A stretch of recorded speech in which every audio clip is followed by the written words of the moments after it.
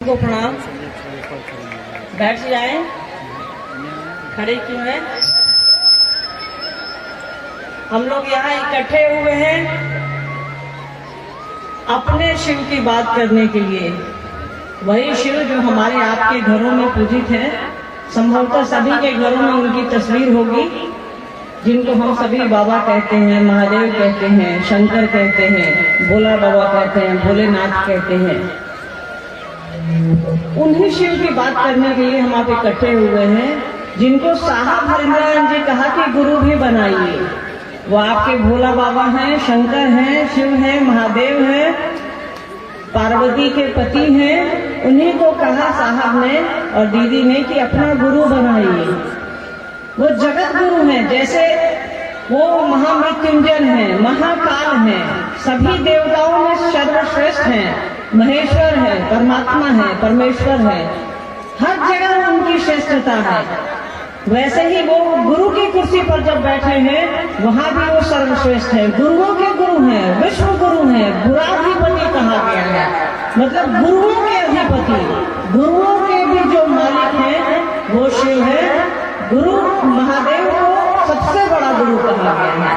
उन्हीं के बारे में साहब ने कहा कि उसी को जिसके हम आप एक लोटा जल डालते हैं, बेलपत्र चढ़ाते हैं, उससे सब कुछ मांगते हैं, परिवार मांगते हैं, संपत्ति मांगते हैं, पैसा मांगते हैं, भोजन मांगते हैं, गाय गोरू सब कुछ मांग लेते हैं। उसी शिव से साहब ने कहा कि ज्ञान मांगिए, अपना गुरु बनाइए, उनसे दया मांगिए। और जब हम आप गुरु बनाएंगे, गुरु दया ही करते हैं। गुरु हमको और आपको सही दिशा पर रखते हैं, चाहे जगत के गुरु हो, लौकिक गुरु हो या शिव जगत के पिता हैं, जगत गुरु है, विश्व गुरु है। उन्हीं को अपना गुरु बनाना है। ये कोई नई बात नहीं है। शास्त्र हमारे जो शास्त्र है, हमारी जो धार्मिक किताबें हैं, आध्यात्मिक पुस्तकें हैं, उसमें लिखा है शिव जगत गुरु है। आप शिव पुराण पढ़िए, उपनिषद पढ़िए। सबसे ज्यादा प्रचलित हमारे यहाँ रामायण और महाभारत है। आपके घरों में है वो, आप उसमें पढ़िए तो आपको लिखा मिलेगा कि शिव गुरु है, उनको जगत गुरु कहा गया है। रामायण में लिखा हुआ है कि गुरु कैसा हो वो शंकर जैसा हो। जो किताबें हमारे आपके घरों में है, उसमें ये लिखा है कि शिव जगत गुरु है। गुरु कैसा हो तो शंकर जैसा हो। मानस में लिखा है, रामचरितमानस में कि तुम त्रिभुवन गुरु वेद वखाना। मतलब तुम इस तीनों त्रिभुवन के, त्रिभुवन मतलब तीनों लोगों के, तुमको गुरु कहा गया है। रामचरितमानस कहती है ये कि तुम त्रिभुवन गुरु वेद वखाना। मतलब आप तीनों लोगों के गुरु हैं, आपके जैसा कोई नहीं है। तो वैसी पुस्तकें हमारे आपके घरों में है। महाभारत कहती है, महाभारत और गीता के बारे में हम आप जानते हैं कि कृष्ण ने गीता का उपदेश दिया है। कृष्ण के जो गुरु है अभिमन्यु, उनके गुरु रहे महादेव। तो सारे शास्त्र इस बात की गवाही देते हैं कि शिव गुरु है, जगत गुरु है। किसी ने बताया नहीं आपको कि कैसे बनाइएगा गुरु। तो गुरु के बारे में बताना और गुरु को बनाने का तरीका, कैसे हम आपको किसी स्कूल का शिष्य बने, कैसे हम किसी टीचर का विद्यार्थी बने, ये बनने का तरीका साहब ने बताया है। साहब ने इसके लिए 3 सूत्र दिए। 3 सूत्र हमको और आपको मालूम है। आज से कई लोगों की घोषणाएं हुई हैं, उनको भी कमोवेश उन्होंने समझाया होगा, आपने समझाया होगा कि साहब द्वारा प्रदत्त जो 3 सूत्र हैं वो क्या है। इन्हीं 3 सूत्रों के सहारे हम शिव को गुरु बनाने के रास्ते पर आ सकते हैं। हमारा मन समझेगा कि कैसे शिव को गुरु बनाए, क्या करे। लोगों को लगता है कि इसमें क्या होता है, इसमें कुछ भी नहीं होता है। भगवान शिव की शिष्यता में बस प्रेम है और कुछ भी नहीं है। इसी प्रेम को पनपने के लिए साहब ने 3 तरीके बताए हैं। साहब और दीदी माँ ने 3 सूत्र दिया है। पहला सूत्र है कि हे शिव आप मेरे गुरु हैं, मैं आपका शिष्य हूँ, मुझे शिष्य पर दया कर दीजिए। पहले सूत्र में साहब कहते हैं कि एक संबंध बनाइए। जब तक संबंध नहीं बनेगा तब तक कोई काम दिल से नहीं होगा। बच्चा को अगर स्कूल जाने में मन नहीं लगेगा तो उसको पढ़ाई करने में मन नहीं लगेगा। तो हमको तो पहले संबंध बनाने की बात साहब ने कही कि एक संबंध बनाइए। सारे दुनिया में सारे रिश्ते जो है वो संबंध पर ही चलते हैं, हमारे आपके भाव पर ही चलते हैं, बोली पर नहीं चलते। तो साहब ने कहा कि महादेव को कहिए कि हे शिव, आप मेरे गुरु हैं, मैं आपका शिष्य हूँ, मुझे शिष्य पर दया कर दीजिए। उन्होंने संबंध बनाया और तब कहा कि दया मांगिए। एक संबंध जब बन जाता है तो आपसे जुड़ाव जब किसी का हो जाएगा तो आपकी फिक्र उसको हो ही जाएगी और उसकी फिक्र आपको या हमको हो ही जाएगी। दूसरा सूत्र है, लोगों को बताना है कि शिव मेरे गुरु हैं, आपके भी हो सकते हैं, शिव को अपना गुरु बनाइए। तो इस बताने के क्रम में पहले हम आप समझते हैं, जितना दूसरों को समझाएंगे खुद भी समझ में आएगा। दूसरों को समझाने के क्रम में हमारा आपका संबंध और प्रगाढ़ हो जाता है। गुरु तो हमारे हैं, दया तो हम आपसे मांग रहे हैं, जुड़ाव की स्थिति बन रही है।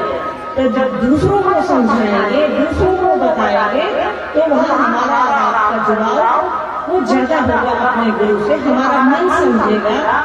जितनी देर हम आप चर्चा करते हैं उसमें कुछ सेकंड कुछ पल के लिए तो हमारा आपका ध्यान उस गुरु पर जाता है। तो देखिए, साहब से बड़ा स्पिरिचुअल साइंटिस्ट कोई नहीं है, उनकी कोई भी बात बहुत ही वैज्ञानिक है।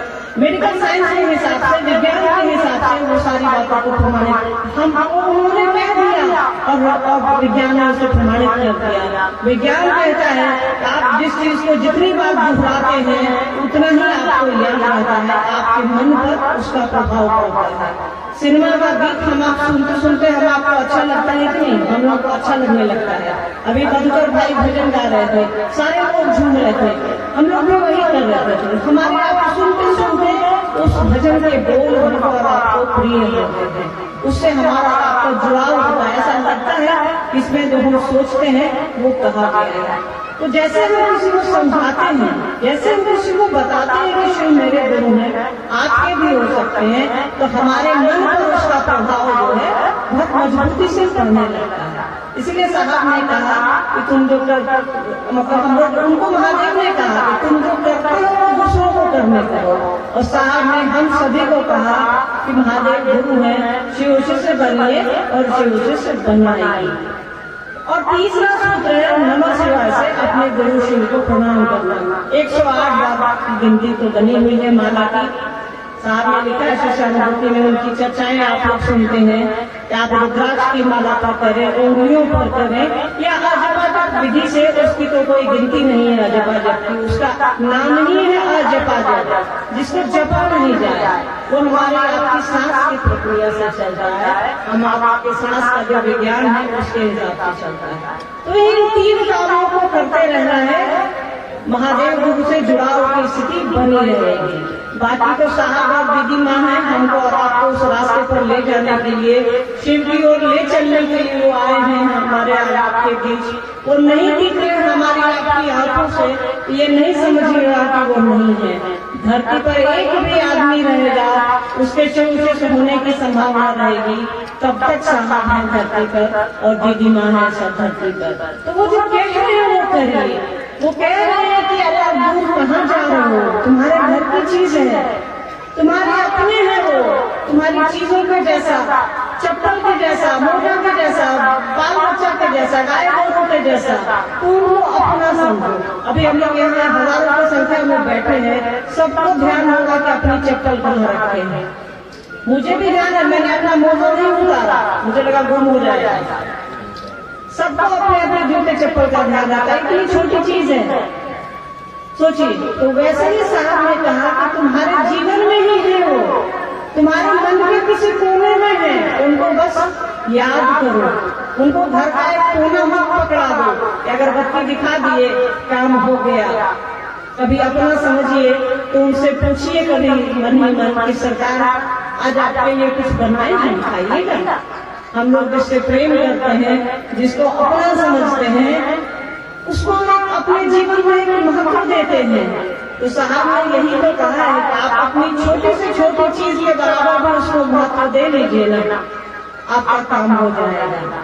तो जिसने सब कुछ दिया है, ये सृष्टि उसकी है, ये दुनिया उसने बनाई है, जो सब कुछ दिया है, हम आप जिस पर सारी ठिकानी है हमारी आपकी, इसी सांस पर तो सब कुछ है। अगर हम आप सांस लेना बंद कर दे, अभी मैं अगर मेरी सांस बंद हो जाए चलना, सब लोग आपको छोड़ के चले जाइएगा, अरे मर गए, सारा ठिकानी तो इसी सांस पर है। तो जो ये सांस दिया है, जो ये शरीर दिया है, उसको तो याद कर ले, जिसने सब कुछ दिया है, इस दुनिया में भेजने का जो काम किया है, ये एहसान को चुका दे। बहुत मुश्किल से मनुष्य का ये जीवन मिलता है। अपने जीवन को यथार्थ में बदलिए, अपने जीवन को सौभाग्य में बदलिए शिव का शिष्य बन करके। इससे अच्छी बात धरती पर नहीं है कि हम आप शिव के शिष्य बने और साहब दीदी का संकल्प आगे लेकर के चले। इससे बड़ी बात कुछ नहीं है। जीवन चलता रहेगा, हम आप चूक जाएंगे, चले जाएंगे, पर शिव की शिष्यता रह जाएगी। तो शिव शिष्य बनने की कोशिश हमको और आपको करनी चाहिए। जैसा साहब कह रहे हैं, जैसा दीदी माँ कह रही है, वैसा करने की कोशिश कीजिए। बहुत सिंपल है ये, बहुत सीधा सा है, एकदम अपने घर जैसा, अपनी चीजों के जैसा। बस उनसे बात करनी है। शिव मेरे गुरु हैं, उनको अपना बनाइए और कुछ नहीं करना, न कुछ छोड़ना है, न कुछ पकड़ना है, बस महादेव को अपना समझना है।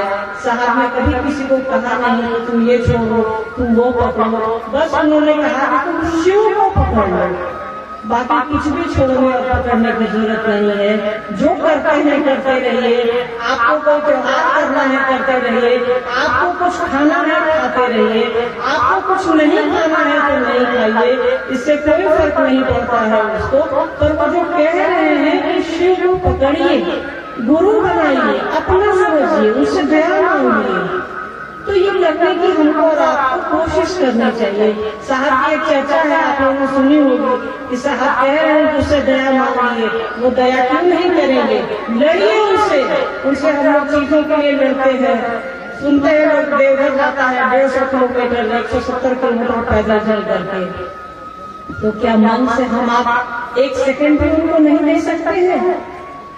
आपको 170 किलोमीटर जाने की जरूरत ही नहीं है। ये तो मन की यात्रा है, आपके दिल की यात्रा है। आप यहाँ बैठिए, आपका ध्यान घर पर जरूर चला गया होगा कि बचवा सब खाना खाया या नहीं खाया, 1:30 बजने वाले हैं, 2 बजने वाले हैं। तो हमारा मन चलता है, शरीर का अपना विज्ञान है, जितना मन चलेगा शरीर नहीं चलेगा। तो मन से जुड़ने की जरूरत है, उसको अपना बनाइए, मन से अपना बनाइए। आप बोले नहीं सकते, लोगों को समझाइए ना कि शिव मेरे गुरु हैं। साहब ने कहा है कि एक दिन झगड़ा करते रहिए, आपको मोहब्बत हो जाएगी। बोले नहीं सही, कहिए ना कि सरकार आप मेरे गुरु हैं। विश्वास नहीं है तो भी कहिए, साहब ने कहा है, साहब ने लिखा है अपनी पुस्तकों में कि बिना विश्वास, बिना श्रद्धा के भी आप उसको अपना गुरु बना सकते हैं। हम आप जब किसी नए संबंध में जुड़ते हैं, वहाँ भरोसा नहीं रहता है, पर धीरे धीरे शादियां होती हैं, वहाँ भरोसा थोड़ी रहता है। वहाँ हम लोग एक दूसरे को नहीं जानते हैं, फिर भी धीरे धीरे रहते रहते एक दूसरे से प्रेम हो जाता है, जीवन अच्छे से चलने लगता है। वही स्थिति जब छोटा सा छोटा काम हम आप कर सकते हैं, तो क्या शिव को गुरु नहीं बना सकते? शिव को अपना नहीं समझ सकते? जिनका सब कुछ है उन्हीं से हम लोग दूर है, उनको नजदीक लाइए, अपने जीवन में लाइए, अपने घर के कोने से बाहर निकालिए, अपने मन के कोने में रखिए, अपने दिल के कोने में रखिए उसको। हम लोग तो घर में वो रैक बना देते हैं, रोज अगरबत्ती दिखाए, मन हुआ तो सावन बिताइए, कुर्ते एक लोटा जलो डाल दिए, दूध डाल दिए, बेलपत्र भी नोच नाच के डालिए देते हैं, बस काम हो गया। शिव की उस प्रकृति को हम आप ऐसे इस्तेमाल करते हैं। क्या उस आदमी जिसके माथे पर गंगा है, उसको एक लोटा जल डाल के क्या करेंगे? हमारा कभी सोचा आपने? जो गंगा को माथे पर रखेगा उसको पानी की जरूरत है। पर परंपराएं हैं जो चली आ रही है, ये विचार विमर्श की चीज नहीं है। पर फिर भी अगर हमारा और आपका भाव हो जाए ऐसा कि सरकार मेरे पास कुछ नहीं है, एक बूंद पानी भी नहीं है आपको देने के लिए, पर फिर भी जो चीज है सब आपका है, आप स्वीकार कीजिए। यही तो चाहिए, बस इसी बात को अकेला है, बस यही तो करना है और आपको कि मेरे पास देने के लिए आपका कुछ नहीं है। अगर दे भी रहा हूँ, आपका पानी है, आप आपके पौधे हैं, आपका पेड़ है, आपकी प्रकृति है, आप ही को दे रहे हैं। तो जो सबसे जरूरी चीज है वो देते नहीं है, ऐसे पेड़ को नोच माच देते हैं, जीवन कर देते हैं। जो जहाँ कुछ देने में कोई खर्च नहीं है, जो हम दुनिया में ऐसे ही लेकर के आए, उस शिव ने हमको आपकी दुनिया में प्रेम के साथ भेजा है, प्रेम से ही भेजा है, प्रेम के लिए भेजा है, वही रह जाता है।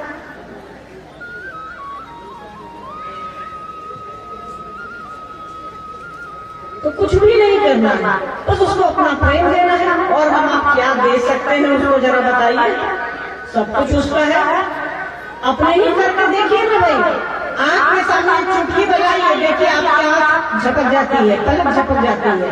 हम आपको इतने लाचार हैं, एक पैर पर खड़े हुए लंगड़ा बन करके, दूसरा पैर जरा उठाइए तो लंगड़ी खेलते थे ना बच्चा में हम लोग, एक पैर उठ जाता, दूसरा पैर उठाइए।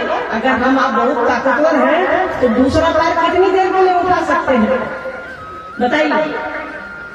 तो लाचार है हम, पर उस लाचारी को अपने सौभाग्य में बदलिए ना। कितना कमजोर है हम, विज्ञान उस शिव के सामने कितना कमजोर है। अभी तक घास तक नहीं बना पाए जिस घास पर हम लोग बैठे हैं। सोचिए, मेडिकल साइंस इतना आगे चला गया है, दिमाग बदल देता है सबका, दिल बदल देता है, पर वो मन नहीं बदल पा सकता है। उसने खून तक नहीं बना पाया है, जिस पर सारी चीजें हैं। हमारे शरीर का अगर खून निकल जाए तो हमारी आपकी मौत हो जाएगी। विज्ञान भी उनके सामने छोटा है, मेडिकल साइंस भी उनके सामने छोटा है, तो भी हम आप नहीं समझते हैं कि जो है सब उसी का है ना। कि तेरा तुझको सौंप कर क्या लागा वो जो है उनका मन से बस दीजिए ना कि सरकार आप मेरे हैं, मेरे पास कुछ नहीं है आपको देने के लिए, क्या देंगे, जो है सो आप ही का है, आप ही का सामान, आपको क्या दें। मन तो दे सकते हैं ना, दिल तो दे सकते हैं ना। उनको अपना गुरु बनाइए, उनसे ज्ञान मांगिए। अभी अमित जी कह रहे थे ना कि सबने सब कुछ मांग लिया उससे, बस ज्ञान नहीं मांगा। रावण ने पूरी त्रैलोक्य की शक्ति मांग ली, उन्होंने अपने लिए जो घर बनाया था मांग लिया, सब कुछ उन्होंने दे दिया, सब कुछ वो बोले कि जाओ। रावण ने कहा कि आपको 5 मुख है, आप पंचानन है, हमको 10 मुख दीजिए। तो महादेव बोले जाओ। रावण को देखा होगा ना, आपको 10 मुख है, उसके 10 चेहरे हैं। कभी सोचा है कि 10 चेहरे कहाँ से आए उसको? रावण ने महादेव को कहा कि आपके पास 5 चेहरे हैं, पंचानन कहा गया है, आनंद मतलब मुंह, 5 आनंद मतलब 5 मुंह है आपको, तो मुझे ऐसे आशीर्वाद दीजिए, मैं आपका भक्त हूँ कि मैं दशानन कहलाऊं। महादेव ने कहा था उसको 10 मुंह हो गए। ये हम लोग भी नहीं जानते थे, इतिहास के विद्यार्थी फिर भी नहीं जानते थे, पर ये साहब ने बताया कि दशानन कहा जाता है रावण को। किसी ने सोचा है 10 मुंह उसको कहाँ से आया? ये शिव का आशीर्वाद है कि उन्होंने कहा कि आपको 5 है, मुझको 10 दीजिए, दुगना दीजिए। फिर भी उसने महादेव से ज्ञान नहीं मांगा। अगर रावण से ज्ञान मांगे रहते तो उनकी स्थिति ये नहीं होती, भेष में ही सही, कपड़ों में ही सही, साधुता बदनाम नहीं होती। क्योंकि उन्होंने बुद्धि नहीं मांगी, ज्ञान नहीं मांगा चीजों को चलाने के लिए, ऑपरेट करने के लिए। कोई भी चीज बनती है तो उसमें बनाने का तरीका होता है। आपको मोबाइल दे दिया जाए, आपको मालूम ही नहीं है कि कौन कैसे होगा, घंटी कहाँ से बंद हो गई, तो क्या फायदा हमारे लिए? तो आपके पास सब कुछ है, बस उसको सींचने की जरूरत है। आपके पास बिया है, बस उसको लगाइए, उसमें खाद पानी डालिए, और खाद पानी डालने के लिए साहब दीदी हमारे आपके पास उपलब्ध है। उस पौधे को बड़ा कीजिए। शिव शिष्टा का पौधा आपके मन में बनेगा, तो साहब दीदी है उसकी देखभाल करने के लिए। वो जो कह रहे हैं करिए, वो कह रहे हैं कि शिव शिष्य बनिए और शिव शिष्य बनाइए, तो इस दिशा में हम आप चले, शिव शिष्य बने और शिव शिष्य बनाए।